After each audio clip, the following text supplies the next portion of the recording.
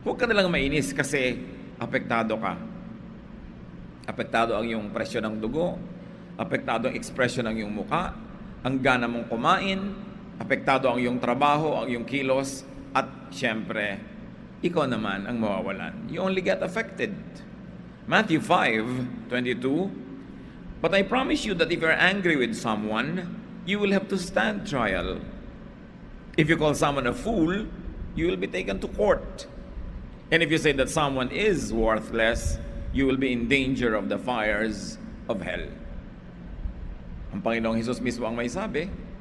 Kung nagagalit ka, at syempre kakambal naman ng inis yung galit, meron ba namang naiinis na hindi nagagalit?